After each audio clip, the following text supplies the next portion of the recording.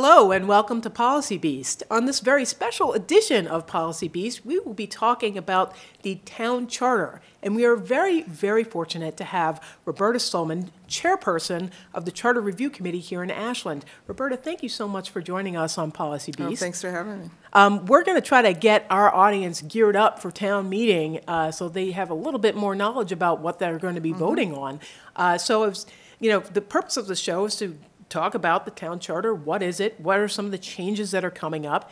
There is a lot of ground to cover, but before we get started, perhaps we should try to let people know exactly what the town charter is and why it's so important. Okay, well, we've sort of been going around town talking about this since the Charter Review Committee was formed, but it is something that's very much sort of in the background most of the time, unless there's a review going on. So it's easy not to know what it is. It's essentially the town's constitution, and it's a fundamental set of principles that define how the town will be governed, how it will be run, the powers of town meeting, the powers of different departments and staff, the powers of elected officials, the powers of appointed officials, who's elected, who isn't, how to recall people who need to be recalled or unappoint people.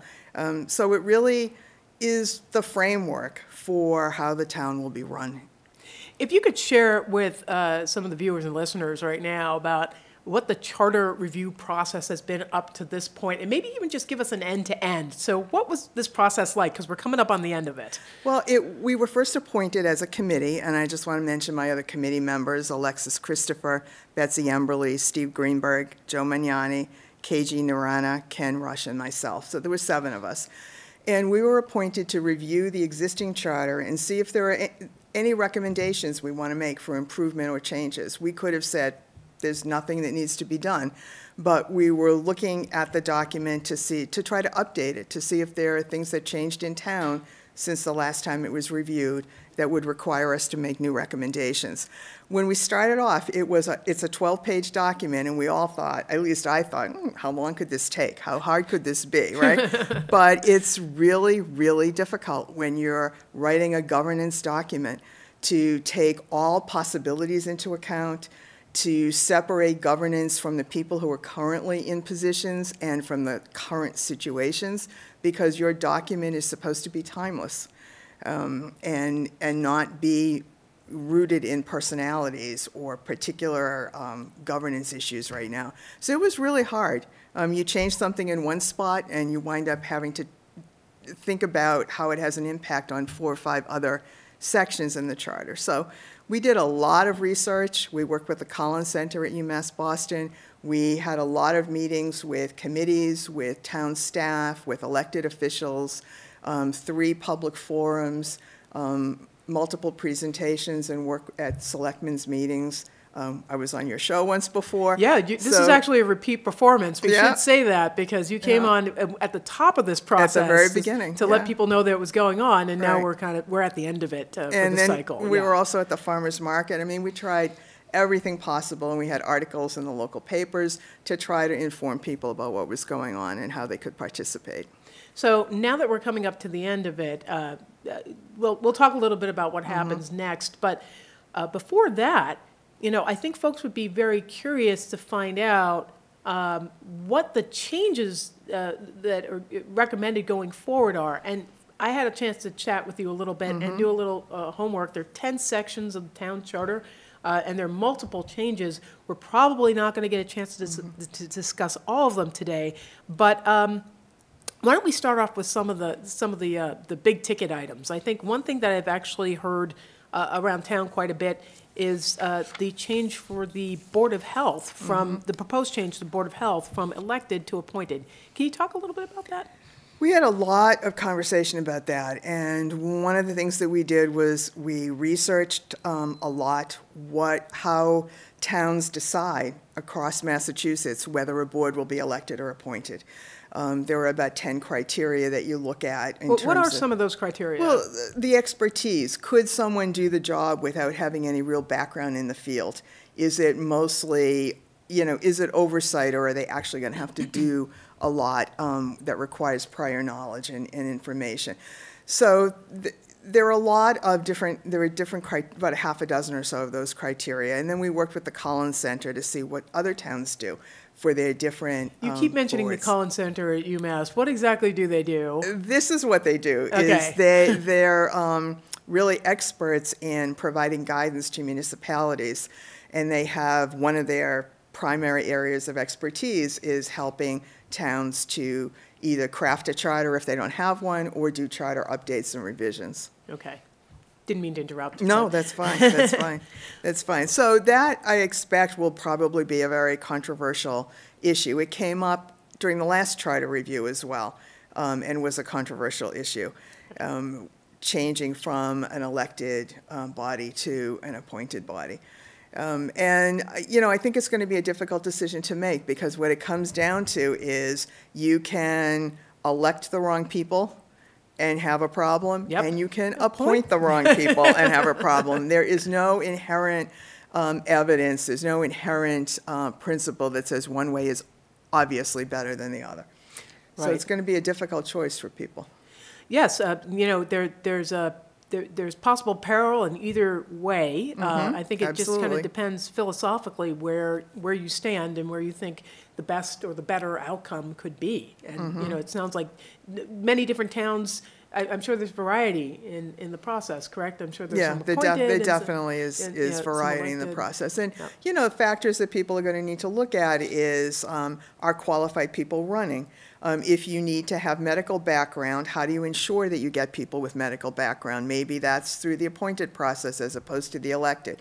If you want to make sure that you have a body that is apolitical, and that in the sense that it's not subject to political pressure by whoever appoints them, then you want to have an elected body. Right. And I think that those are some of the main considerations that people are going to have to take into account when they decide this.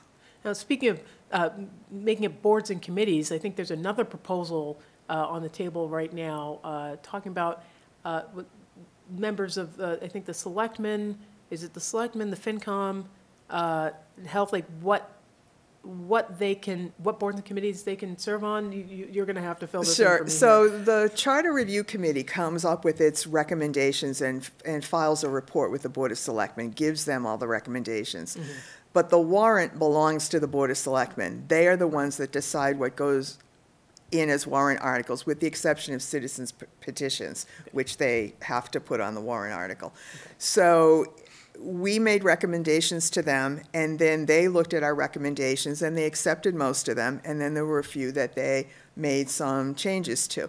So Just circling back, were there some citizens petitions as part of some of these changes? no, because I wouldn't know that until the warrant articles are, and they're filed with the town I see. manager's office. Okay. So in this particular instance, our committee was recommending that if you serve on the Board of Selectmen, or you serve on the school committee, or you serve on the finance committee, you cannot be elected to any other position, and you cannot be appointed to any other position.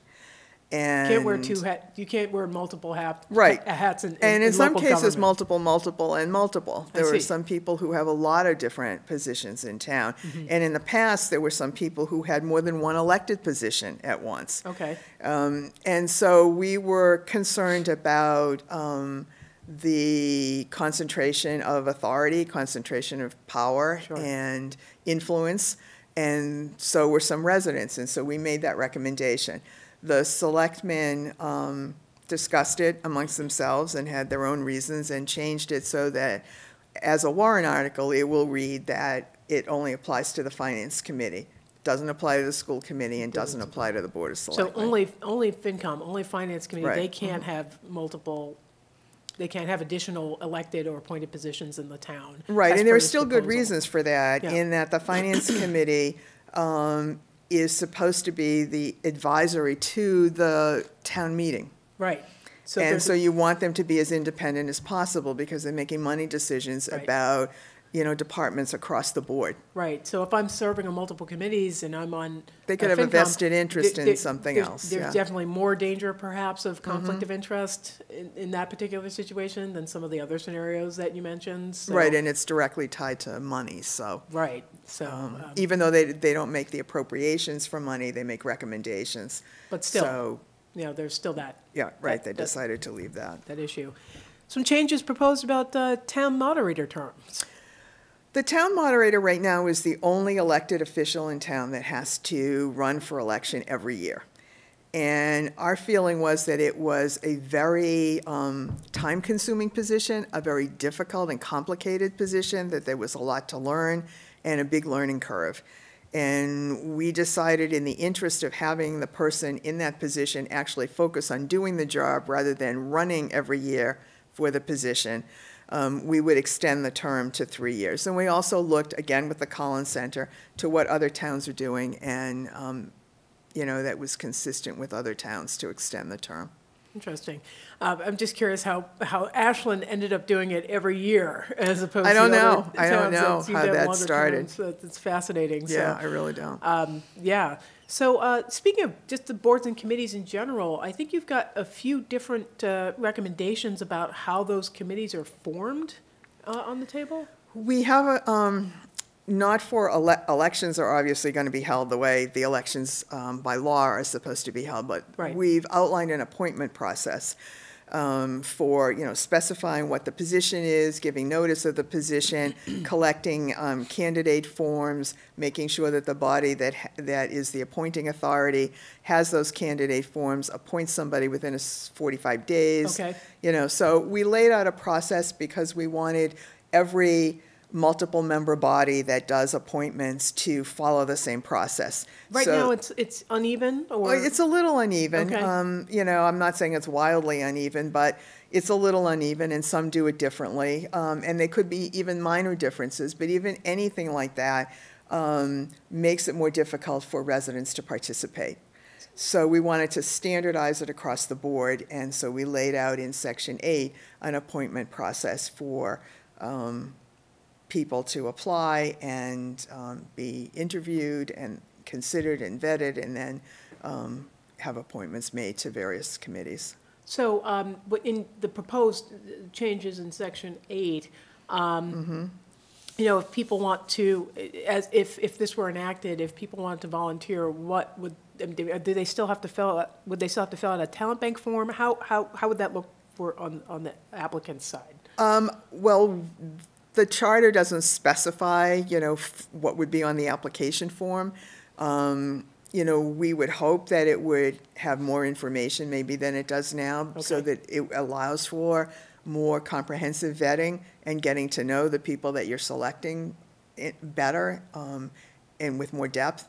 So that's probably something that will be worked on at an operational level down the road. But our goal was to make it consistent so it's easier to participate, it's fair, it's transparent, and it results in good candidates. Right, you know, and Ashland's great. We have a lot of folks who are very interested in getting involved in the town. So I think that particular issue will be of interest as we go to town meeting and vote on some of these articles. But I'm getting a little ahead of myself. I'll pull it back a little bit. For appointed and elected town officials, from what I understand, there's a proposed code of conduct. Is part of some of these revisions. Could you talk to that a little bit? So if for elected officials, if an elected official has some kind of egregious behavior, the residents can go through a recall process and remove that person from office. If someone's appointed to a position, there really was no way to remove that person for similar egregious behavior. I see. So we wanted to have a removal process and put something in place. And so we did outline a removal process where if the body that the person serves on makes a request that they would like to have this person considered for removal, that the appointing authority would take that into consideration and would act on that, would have a hearing, not necessarily remove the person, but begin the process. There has to be a hearing, and you have to be found to be in violation of the Code of Conduct, which is currently in draft form and will be put together by the Board of Selectmen. So that's outside of the warrant process? That's outside of the warrant. It's referenced in the charter, but we were advised that it was not the place to put an actual code of conduct. That might be something that would change more frequently than the charter would be reviewed, and that would be something that would be for elected officials and appointed officials, and maybe it would even be similar to a code of conduct for employees. I see. So to be clear, it's for elected and appointed officials? And, okay, that wasn't entirely clear to me at the top of our conversation about this, so that's good to know. It would be for both. For both. And speaking of recalls, is there anything in the proposed changes around that issue? Yes, we simplified the recall process because we heard overwhelmingly from residents that people felt that it was constructed in a way that makes it impossible to be successful with a recall. It just takes too much time. There was too high a threshold for the number of signatures you needed and the number of votes you needed to get, and it was compressed into too short a period of time, each of the steps, even though overall it took a lot of time. So it was just overly complicated. So again, we researched other recall processes for surrounding communities and other towns, did a lot of research, and we changed a lot of things in the recall process. The process starts off with an affidavit. You have to get an affidavit signed by, right now it says 500 residents, registered voters. We lowered that to 150. You only had 20 days to collect the signatures. We expanded that to 28 to give a little bit more time at that point. Then the next phase is having people, registered voters, sign a petition. That used to require 25% of the registered voters. We lowered that to 15%, which is still a significant That's a lot of people. number of people. Yeah. And then the maximum, once those things are presented and the person who's subject of the recall does not resign within 5 days, then we set up that an election, instead of having to wait 90 days to hold a recall election, we cut that to 65. And then we also added a provision that anyone who's subject to a recall and either resigns before the recall election or is recalled in a recall election, they cannot be appointed to a position in town for a year. Okay.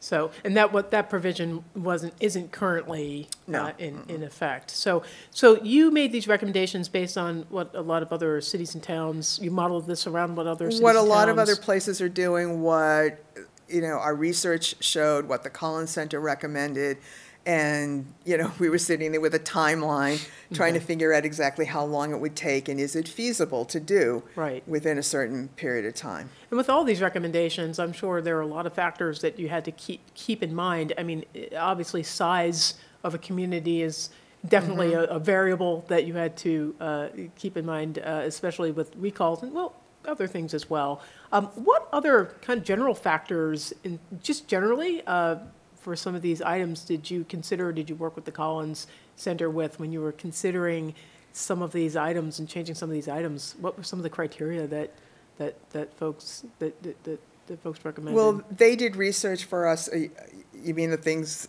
that they helped us with? Yes. Well, they helped us do research around changing the Board of Health from an elected to an appointed board. Right. They helped us do research on the recall processes. It supplemented some of the research that individual members of the committee had done.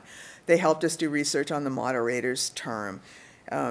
They saved us a lot of time because they had research and information at their fingertips, much more so than we would. It was much easier for them to pull together information because they're working with the other cities and towns already. Right. They know which ones are undergoing changes, and they have all of that data.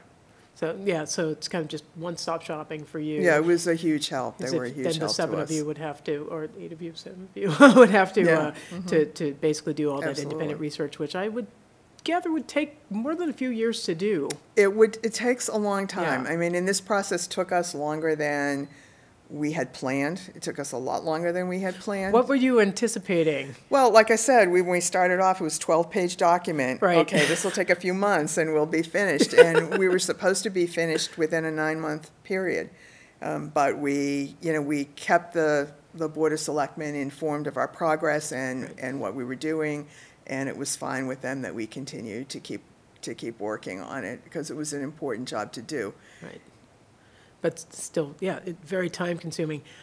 Getting back to some of the proposed changes, I think another change on the table that the committee is proposing has to do with full-time employees and their participation in town government. Can you talk a little bit about that? Right. We were looking at people being eligible to be elected, registered voters, residents being, eligible to be elected to office. And a number of times, we got a lot of feedback from town residents about perceived or actual conflict of interest, transparency, concentration of power, other kinds of things. So we decided that any registered voter in town would be eligible to run for office, except the committee recommended that if you were a full-time employee reporting directly to the Board of Selectmen or indirectly to the Board of Selectmen through the town manager's office, you could not run for to be a member of the Board of Selectmen, which makes sense. You can't be part of the organization that is overseeing you eventually. Sure. And so the same with the school committee. Any employee, full-time employee of the district can't run for school committee. And we had it as full-time employee because, frankly, we didn't quite know what to do with part-time and we didn't want to get that granular. Sure. The selectmen are changing it to no employee. So it's everybody, just, yeah. So, yeah, and I think that's, I mean, it may sound kind of heavy-handed, but the advantages and advantages and disadvantages to everything that you're proposing. So people are going to have a lot of interesting decisions to make, and we'll get into how they're going to be able to participate in this process to wrap it up. But, I think one of the themes that keeps coming up with a lot of these revisions that you're mentioning are concentrations of power, and making sure that there are some checks and balances in the town. While folks may have the purest of intentions of being able to serve the town and such, there is a possibility of serious conflict, and it seems like a lot of the things that you've mentioned, at least for the changes, you're trying to address that. Would that be safe to say? Yeah, I mean, it is, again, that was something that was a real concern for residents, but you realize very quickly when you're on a committee tasked with doing this kind of work that you have to think about every possible contingency from now into the future. And in order to do that, you really have to weigh everything, and checks and balances become crucially important. Every single contingency. That just seems like a really tall order. I mean, obviously it is a really tall order, which is why the charter gets reviewed every 5 years. Right. Because it's virtually impossible to do that. Right. But just think back to our founding fathers and drafting the U.S. Constitution. Do you have a renewed respect for our founding certainly fathers do. at this point? I certainly do. Tough, a really, really tough job. It is not an easy job. And if you look at it as just going through to fix punctuation and make the language more clear, that's one small piece of it. But it's really an immensely important governance document. Absolutely, absolutely.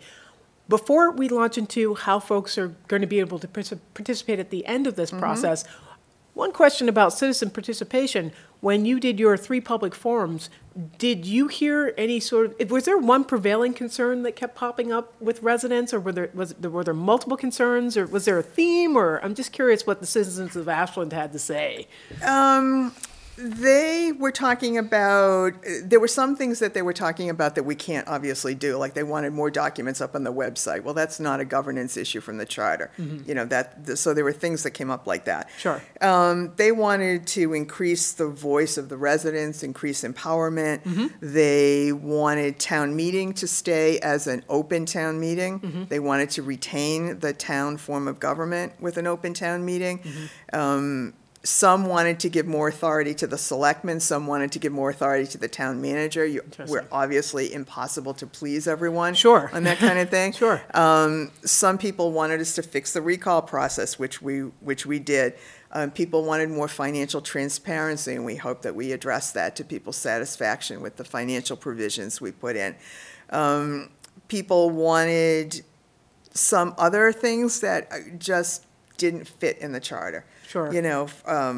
like mandatory training for people who are elected to certain positions. That's more operational, isn't Yeah, it? so that isn't going to be in the charter. Sure. So some people are going to be disappointed, but there's no way to satisfy everyone. There's no way to satisfy everyone when they have conflicting opinions, and there's no way to put every operational issue and address that in the charter. We felt like we addressed the financial one, and that was.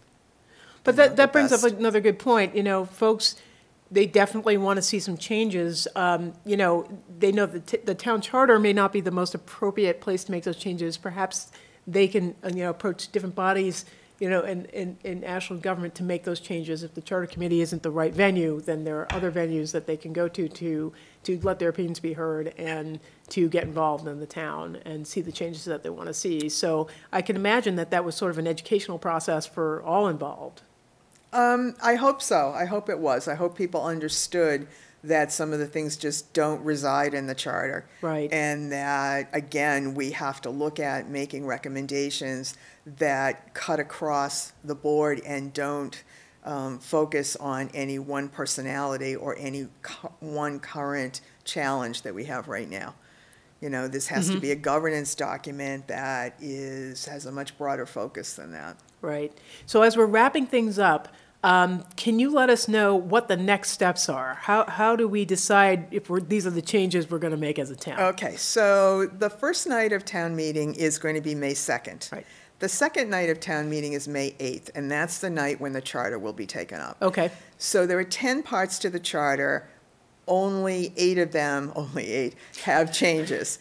So each part with the changes that are being recommended will be a warrant article. So there'll be 8 warrant articles to take care of the 8 parts of the charter, 8 sections of the charter. Separate warrant, okay. 8 will be separate. There'll be 1 warrant article to deal with all the Scribner's errors and editing and typos and punctuation and all of that. And then once all those votes are taken, and it's a simple majority on each one of the warrant articles, once all of those votes are taken, the final article will be, okay, based on all of our previous votes this evening, this is the document we want to now approve. And so there's that one final vote, and then it goes to the legislature. If the legislature approves it, then it goes to the governor who signs it. Excellent. I think that's probably a great way to end it. So make sure if you are motivated after hearing this discussion, get out to town meeting. You should get out to town meeting anyway. But May 8th is really the day when the charter will be discussed. And Roberta, thank you so much for joining us here on Policy Beast and breaking this all down for us. Oh, you're very welcome. Thank Really you for having me. appreciate it. There is one thing I just want to tell people, that there's an article in the Ashland local pages this month about the charter with a couple of links to where you can find the documents online. Great. You cannot go to this meeting never having read the charter or the recommendations. It will be overwhelming. Are there links on the town website as well? On the Charter Review Committee page. Excellent. Yeah. And that's where we're going to leave it. Thank you so much for tuning into Policy Beast. Get out there, let your opinion be known. Town meeting, May 2nd, May 8th is the charter review, and I think if we need additional time, May 10th is the last date. So thanks again, and thanks for watching.